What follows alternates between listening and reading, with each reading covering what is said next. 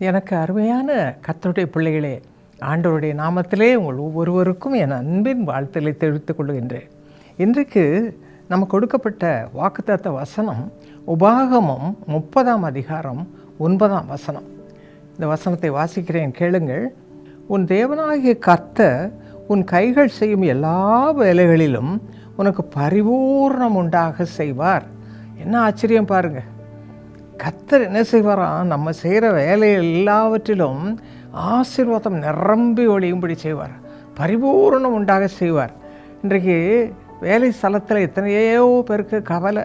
உயர் அதிகாரிகள் நம்மளை குற்றம் கண்டுபிடிச்சு கொண்டே இருப்பார்கள், ஏதாவது ஒரு ரீசன் சொல்லிக்கொண்டே இருப்பார்கள். ஆனால் ஆஃபீஸ்க்கு நல்ல முழங்கால் படிட்டு ஜெபம் பண்ணிட்டு போங்க.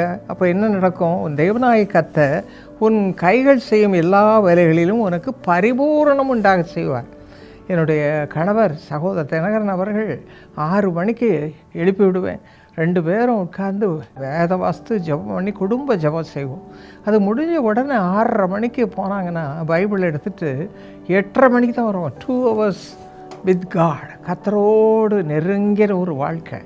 அதுக்கு பிறகு தான் அவங்க ஆஃபீஸ் போவாங்க. அதனால் அவர்கள் வேலை செய்த நாட்கள்லாம் மேலே மேலே மேலே ப்ரமோஷன், பெரிய ஆஃபீஸராக நல்ல ரேங்கில் வந்து அவர்கள் ஆண்டவருடைய சித்தப்படி ஏற்ற சமயம் கர்த்தருடைய ஊழியத்திற்கு என்று அவர்கள் ராஜினாமா கொடுத்து வேலையிலிருந்து ஓய்வு பெற்றார்கள். அந்த விதமாக கர்த்தருடைய ஆசீர்வாதம் பரிபூரணம் உண்டாக செய்வார் என்று சொல்லப்பட்டிருக்கிறது. ஆகவே பிரியமானவர்களே, நீதிமொழி 10:22 என்ன வாசிக்கிறோம்? கர்த்தருடைய ஆசீர்வாதமே ஐஸ்வர்யத்தை தரும், அதனோடே அவர் வேதனையை கூட்டார். என்ன அருமையான வசனம் பாருங்கள். இதுதான் நம்ம வேதனை நிறைய வாசிக்கணும். அதில் பாருங்கள், கர்த்தருடைய ஆசீர்வாதம் இருந்ததுன்னா ஆண்டவர் என்ன செய்வார்? வேதனையே வராது. ப்ராப்ளம் வரும், பிரச்சனை வரும், ஆனால் கர்த்தர் வந்து அதை வேதனையெல்லாம் மாற்றி போடுவார், தலைகீழாய் மாற்றி போடுவார். என்ன செய்யணும்? உபாகமம் 30ஆம் அதிகாரம் 8ஆம் வசனம் என்ன சொல்லுகிறது? நீயோ மனம் திரும்பி கர்த்தரின் சத்தத்திற்கு செவி கொடுத்து என் கற்பனைகளின்படி செய்வாயாகில்.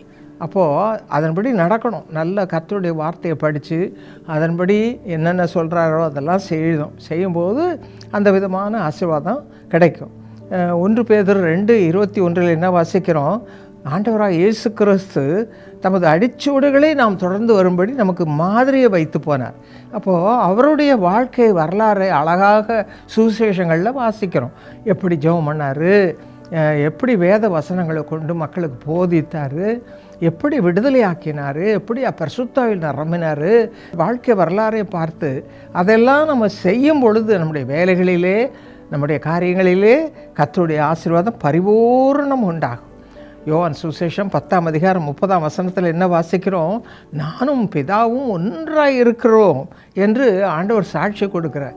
அந்த விதமாக தன் தகப்பனோட நெருங்கின ஒரு வாழ்க்கை வாழ்ந்தார். அவரை நோக்கி பார்த்து ஜெபம் பண்ணுவது, இப்படி பல காரியங்களை நாம் பார்க்கிறோம். ஆகவே பிரியமானவர்களே, அவருடைய மாதிரி அடிச்சூடுகளை பின்பற்றி நாம் செய்யும் பொழுது என்ன நடக்கும்? நம்முடைய வேலைகளிலே பரிபூரண ஆசீர்வாதம் கிடைக்கும்.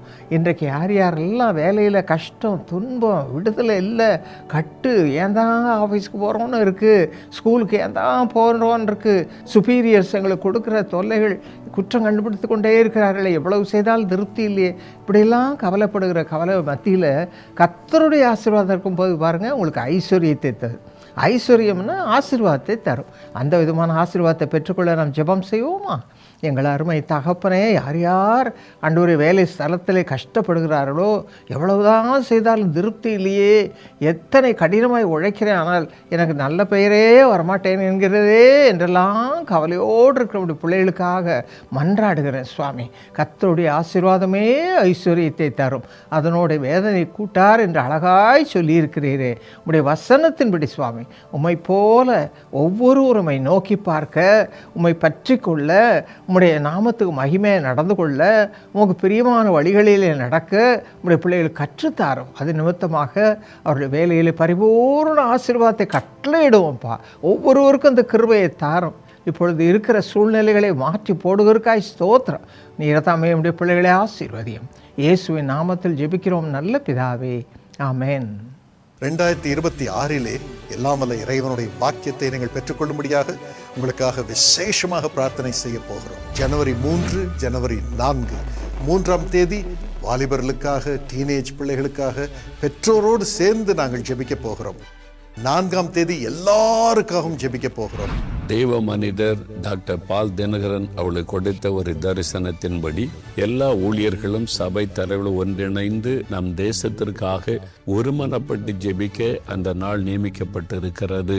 நானும் அந்த கூட்டத்தில் உங்களோடு பங்கு பெற ஆயத்தப்படுகிறேன். திருச்சபைகளின் உறுப்பினர்களாக இருக்கின்ற நாம் நம்மிடையே இருக்கின்ற வேறுபாடுகளை களைந்து இறைவனின் பிள்ளைகளாக ஒன்றிணைந்து மன்றாடி நாட்டிற்காகவும் நமது பணிகளுக்காகவும் குடும்பங்களுக்காகவும் ஜெபிக்க உங்களை அன்புடன் அழைக்கின்றேன்.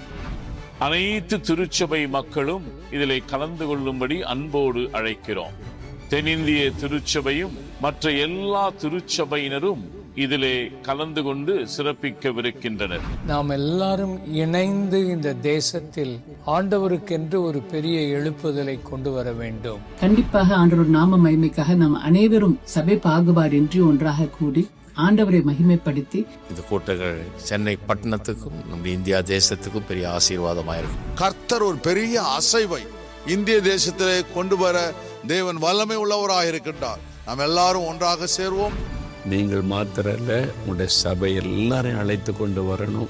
தெரிந்த எல்லா தெய்வ பிள்ளைகள் ஒன்று கூட்டி நம்ம சேர்ந்து வந்து ஜெபிக்கணும். ஆகவே அந்த கூட்டத்திற்கு வாருங்கள். உங்களுக்கு எண்ணெய் பூசி ஜெபிக்கப்படும். இயேசு அந்த இடத்திலே உலாவுவார். அவரே வந்து கை வைத்து ஆசீர்வதிப்பார். நீங்கள் வந்து பாக்கியம் பெற்று இயேசுவால் நிரம்பி அந்த வருடத்தை நன்மையை அனுபவிக்கும்படியாக பலத்தோடு புறப்பட்டு செல்லுங்கள். நடைபெறும் இடம் YMCA மைதானம், நந்தனம், அண்ணா சாலை, சென்னை 6,35,000.